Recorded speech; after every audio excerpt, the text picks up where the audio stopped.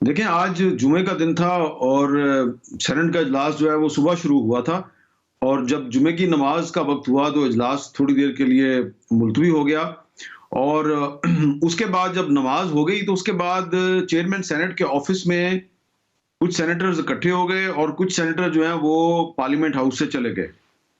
तो मैं भी वहां पे बैठा हुआ था और वहां पे अक्सर सेनेटर्स जो है उनका ताल्लुक बलूचिस्तान अवामी पार्टी से था, बाप से, कुछ का ताल्लुक पीपल्स पार्टी से था और 1-2 सेनेटर जो हैं वो पीटीआई के भी थे। तो वो जो 8-10 लोग थे, वो यही यही बात कर रहे थे कि जी सेनेट का इजलास जो है वो चल रहा है, ये कब तक चलेगा और जो 8 फरवरी का इलेक्शन है होगा या नहीं होगा।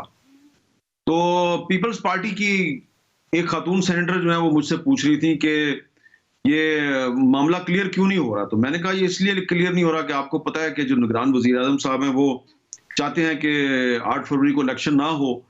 तो उसपे सब हँस दिए क्योंकि मैं 30 नवंबर को भी कैपिटल टॉक में ये कह चुका हूँ, 30 नवंबर पिछले साल हुँ, कि इलेक्शन जो है वो मुलतवी करवाने की साजिश हो रही है।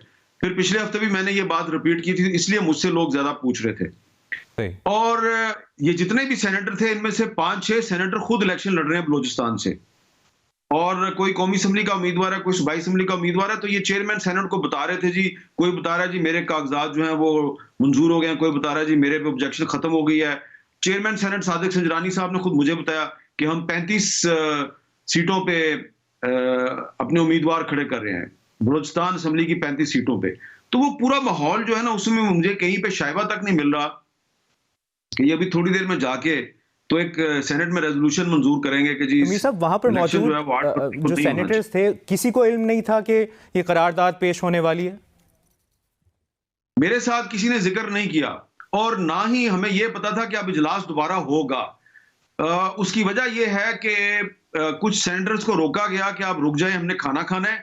कुछ सेनेटर जो हैं वो इजाज़त लेके जा रहे थे और कुछ सेनेटर पूछ रहे थे कि आज इजलास जो है इसके बाद दोबारा होगा या नहीं होगा। और किसी को नहीं पता था कि ये थोड़ी देर में कोई करारदाद आने वाली है। तो एक सेनेटर साहब से मेरी बात हो रही थी और वो मुझे बता रहे थे जी कि बलूचिस्तान में इस दफ़ा एक मखलूत हुकूमत आएगी और मैंने उनसे पूछा कि फिर आप सेनेट की सीट से इस्तीफ़ा दे देंगे? उन्होंने कहा, हाँ, मैं सेनेट की सीट छोड़ दूँगा और मैं सूबाई असेंबली का मेंबर बन जाऊँगा। सही। और उनका ये ख़्याल था कि सादिक संजरानी साहब जो हैं वो चीफ मिनिस्टर के उम्मीदवार हैं। तो हम हँस-खेल रहे थे और सादिक संजरानी साहब भी हमारे साथ हँसी-मज़ाक कर रहे थे। अचानक थोड़ी देर में सादिक संजरानी साहब के पास कोई बंदा आया, वो बाहर चले गए और उसके बाद वो 10-15 मिनट तक जब वापस नहीं आए और फिर आहिस्ता-आहिस्ता मैंने देखा कि सेनेट के जो मेंबरान हैं वो उठ-उठ के जाने लगे हैं। मैंने पूछा, भई आप लोग किधर जा रहे हैं? कहा जी कि सुना है कि इजलास हो रहा है नीचे। अच्छा। और कोई ज़्यादा से ज़्यादा 7 या 8 मिनट लगे हैं और अचानक सेनेट का इजलास शुरू हुआ और जब इजलास शुरू हुआ तो उसमें 10-12 लोग थे और मैंने देखा मुस्लिम लीग नून के और पीपल्स पार्टी के कुछ सेनेटर जो हैं, वो गैलरी में बाहर जो एंट्रेंस है, सेनेट हाउस की जो एंट्रेंस है, वहाँ पे खड़े होके एक-दूसरे के साथ सरगोशियों में सलाह-मशवरा कर रहे हैं। अंदर जाएँ, ना जाएँ। और एक सीनियर जो मुस्लिम लीग नून के रहनुमा हैं, वो तेजी से उन्होंने फ़ोन कॉल मिलाई और वो कहीं गायब हो गए। हाँ, और एक और जो खातून सेनेटर हैं पीपल्स पार्टी की, वो भी मैंने देखा कि वो भी फ़ोन पे किसी से बात करने की कोशिश कर रही है। मुझे समझ आ गई कि सेनेट में कुछ होने लगा और 5-6 मिनट लगे और एक करारदाद पेश हुई और वो करारदाद दिलावर खान साहब ने पेश की और दिलावर खान साहब के बारे में सबको पता है कि उनकी कोई पार्टी नहीं है। वो चेयरमैन सेनेट के करीबी दोस्त हैं। हुँ, पहले वो मुस्लिम लीग नून के साथ थे, फिर उन्होंने मुस्लिम लीग नून को खैरबाद कह दिया। वो यूसुफ रज़ा गिलानी साहब के साथ जाके बैठ गए।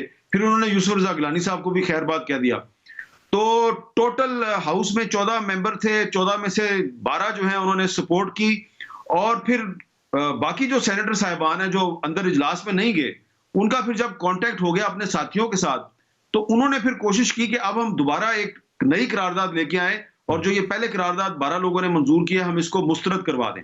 लेकिन इस दौरान चेयरमैन सेनेट ने इजलास मुलतवी कर दिया और इस तरह जो तो 8 फरवरी के इंतखाबात के खिलाफ एक साजिश है, मेरा ख्याल है वो बुरी तरह नाकाम हो गई है क्योंकि सेनेट की ये जो करारदाद है जिसकी हमायत सिर्फ अवामी पार्टी और कुछ आजाद जो सेनेटर साहिबान है उन्होंने की, तमाम बड़ी पॉलिटिकल पार्टीज ने इस करारदाद की खुलकर मुखालफत की है, इसको मजम्मत की है, इसकी इसे एक साजिश करार दिया है। लिहाजा अगर ये साजिश थी तो साजिश नाकाम हो गई, साजिश करार दिया गया है जिस तरह आप भी कह रहे हैं, और साजिश नाकाम भी हो गई है।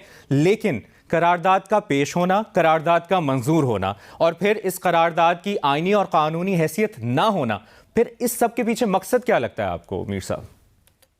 देखिए, इस करारदाद की कोई आईनी और कानूनी हैसियत नहीं है, क्योंकि कोरम ही पूरा नहीं था। अब देखिए ना कि जो सेनेट है ना, ये हाउस ऑफ फेडरेशन कहलाता है। इसमें चारों सूबों के जो सेनेटर साहिबान हैं उनकी बराबर बराबर तादाद होती है। कौमी असम्बली में तो आबादी के लिहाज से होती है ना, पंजाब की सबसे ज्यादा है, फिर सिंध है, फिर खैबर पख्तूनख्वा है, फिर बलूचिस्तान है। सेनेट में सब सूबों की बराबर नुमाइंदगी है। इस हाउस को एक मजाक बनाना और एक साजिश की आमाजगाह बनाना, मैं ये समझता हूं ये इंतहाई काबिल मजम्मत है। और जिन मोअज़्ज़ज़ सेनेटर साहिबान ने ये सारा काम किया है वो जरा खुद सोचें कि जनाब तमाम बड़ी पॉलिटिकल पार्टीज जो हैं वो कह रही हैं जनाब कि हम इस साजिश का हिस्सा नहीं बनेंगे, तो उनकी क्या क्रेडिबिलिटी रह गई? अब जब वो बलूचिस्तान में या जो साबक फाटा है वहां किसी हल्के में जाएंगे इलेक्शन लड़ने, तो वोटर जो हैं वो उनके बारे में क्या सोचेंगे? ये तो वही सेनेटर साहिबान है जिन्होंने सेनेट में कहा था कि इलेक्शन मुलतवी किया जाए, अब ये हमसे वोट मांगने आ गए हैं। और जो अवामिल भी तो सामने रखे गए वो पहले भी ऐसा होता रहा है। जी जी, उसको डीफेम किया गया। सही। और जो अवामिल सामने रखे गए और जो रीजंस दी गई 2008 2013 तकरीबन सिचुएशन कंपेयर की गई, लेकिन आज बहुत बेहतर हालात हैं। लेकिन साथ ही साथ बहरमन तंगी साहब ने, जो पीपल्स पार्टी के रहनुमा हैं, उन्होंने कहा कि मैंने, अफनानुल्लाह और गुरदीप सिंह ने करारदाद की मुखालिफत की। इस पर भी बहुत सवालात हो रहे हैं। पीपल्स पार्टी का मौक़िफ़ भी सामने आ रहा है कि हम वजाहत तलब करेंगे। क्या मुखालिफत से ज़्यादा ये बेहतर नहीं था कि वो जब ये करारदाद पेश की गई तो वो कोरम की निशानदेही करते इनमें से तीनों? देखिए, गुरदीप सिंह साहब जो है ना, ये इनका ताल्लुक पीटीआई से है और इन्होंने बिल्कुल मुखालफत की और कोरम की निशानदेही इनमें से किसी को कर देनी चाहिए थी। लेकिन मेरा ख्याल है कि इन्होंने कोरम की निशानदेही इसलिए नहीं की कि हाउस में लोग ही 10-12 थे और बाद में 14 हो गए जब एक आधा मेंबर और आ गया। तो लेकिन ये बात दुरुस्त है कि बहरमन तंगी साहब जो हैं वो एक बड़े पुराने पॉलिटिकल वर्कर हैं और वो पीपल्स पार्टी के वोटों से सेनेटर बने हैं। उन्हें पीपल्स पार्टी की पॉलिसी के मुताबिक चलना चाहिए था। लेकिन अब अगर वो दावा कर रहे हैं कि मैंने मुखालफत की है तो अब उनको सबूत देना पड़ेगा, क्योंकि हमने तो उन्हें मुखालफत करते हुए नहीं देखा, हमने तो उन्हें खामोश देखा है। लेकिन अगर वो कह रहे हैं कि मैंने मुखालफत की है तो उन्हें कोई सबूत देना चाहिए। अगर खुलकर डंके की चोट पर मुखालफत की है तो वो सेनेटर अफनानुल्लाह ने किया है और उन्होंने उनको जो बीएपी के जो सेनेटर हैं उन्होंने उनको रोकने की कोशिश की, उनको हुटिंग की उन पर। और जो गुरदीप सिंह साहब हैं जिनका ताल्लुक पीटीआई से है, वो अफनानुल्लाह साहब को सपोर्ट कर रहे थे।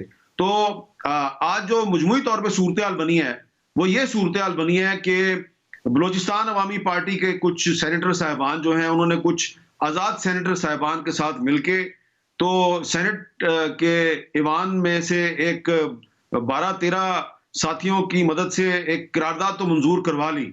लेकिन उनकी जो ये हरकत है इसके नतीजे में आपने देखा है कि आज बहुत अरसे के बाद मुस्लिम लीग नून, पीपल्स पार्टी और पाकिस्तान तहरीक इंसाफ, ये तीनों पार्टियां आपको एक पेज पे नजर आ रही हैं और तीनों पार्टियां कह रही हैं कि 8 फरवरी को इलेक्शन का अल्तवा एक साजिश है और हम इस साजिश को कामयाब नहीं होने देंगे। तो ये मेहरबानी है उन सब लोगों की जिनके कहने पे ये करारदाद पेश हुई और फिर मंजूर हुई। उन्होंने आज इन 3 बड़ी पार्टियों को इकट्ठा कर दिया। प्यारे नाजरीन, ये थे हामिद मीर साहब जो सेनेट में ही मौजूद थे जब ये इलेक्शन मुलतवी होने की करारदाद मंजूर की गई। हामिद मीर ने कहा सिर्फ 12 सेनेटरों की हमायत से ये करारदाद मंजूर की गई और उस वक़्त सेनेट में कुल 14 मेंबरान मौजूद थे। हामिद मीर ने इल्ज़ाम लगाया कि इसके पीछे वज़ीर आज़म काकड़ हैं क्योंकि इलेक्शन मुलतवी होने के बेनिफिशरी सबसे ज़्यादा वही हैं। हामिद मीर ने कहा यह करारदाद अचानक आई और आनन फानन मंजूर हो गई। हामिद मीर ने अपनी राय दी कि इस करारदाद का कोई फ़ायदा नहीं क्योंकि कोरम ही पूरा नहीं था। हामिद मीर ने कहा कि आने वाले दिनों में ये करारदाद नामंजूर हो जाएगी। प्यारे नाजरीन, इसके साथ ही हमें इजाज़त दीजिए। पाकिस्तान पाइंदाबाद।